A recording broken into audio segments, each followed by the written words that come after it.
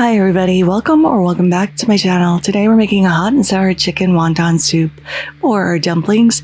We need 1 pound of either ground chicken or ground pork. I'm using ground chicken. To this we're going to add 1 tablespoon of minced ginger, 2 tablespoons of chopped scallions, 1 tablespoon of oyster sauce, a tablespoon of light soy sauce, 1 teaspoon of sesame oil, half teaspoon of salt, and a quarter of a teaspoon of white pepper. We're going to mix this up very well to make sure all those ingredients are well combined. For the wrappers, I'm just using store-bought because it's just easier.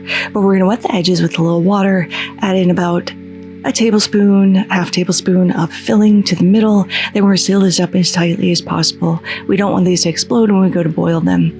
Now you don't have to be super fancy. You just want to make sure everything is really well sealed. So I'm just folding this into a little triangle and then just doing a couple little crimps and setting this on a baking sheet until we're ready to boil them. Now, of course, you may not use all of your dumplings, so freeze them in a single layer. I say this every time until they're fully frozen, and then pop them in a Ziploc so you have them ready whenever you want dumplings.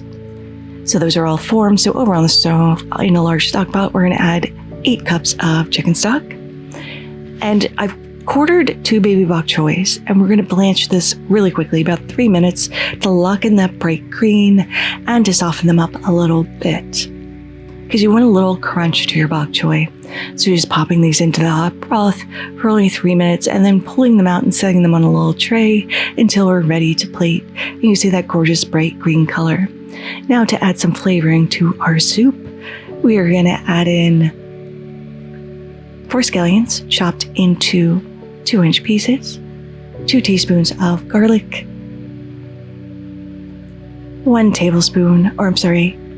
2 tablespoons of soup soy sauce, which you can find in your Asian market. It's a little lighter. 2 tablespoons of black vinegar to add that sourness. 1 tablespoon of sesame oil. And then I'm going in with some hot bean paste. And I used 2 tablespoons of hot bean paste. If you have chili crunch, you can use that as well. We're going to bring this up to a simmer and just let those flavors all mingle. In a separate pot, I have a little water getting ready to boil because we want to cook our dumplings separately. So we're just popping these in the water, and once they start floating, they should be cooked, but you always have to have that sacrificial dumpling to make sure your filling is cooked all the way through.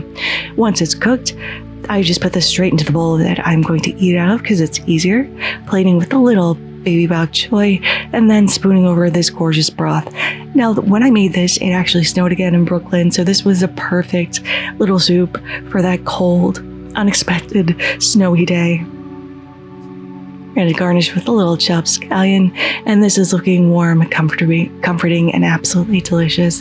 Now let's go ahead and give this a taste. I want to just taste the broth first. You get the sour from the black vinegar. It adds so much flavor. It has a ton of umami to this. It's not too salty because we use a lighter soy sauce.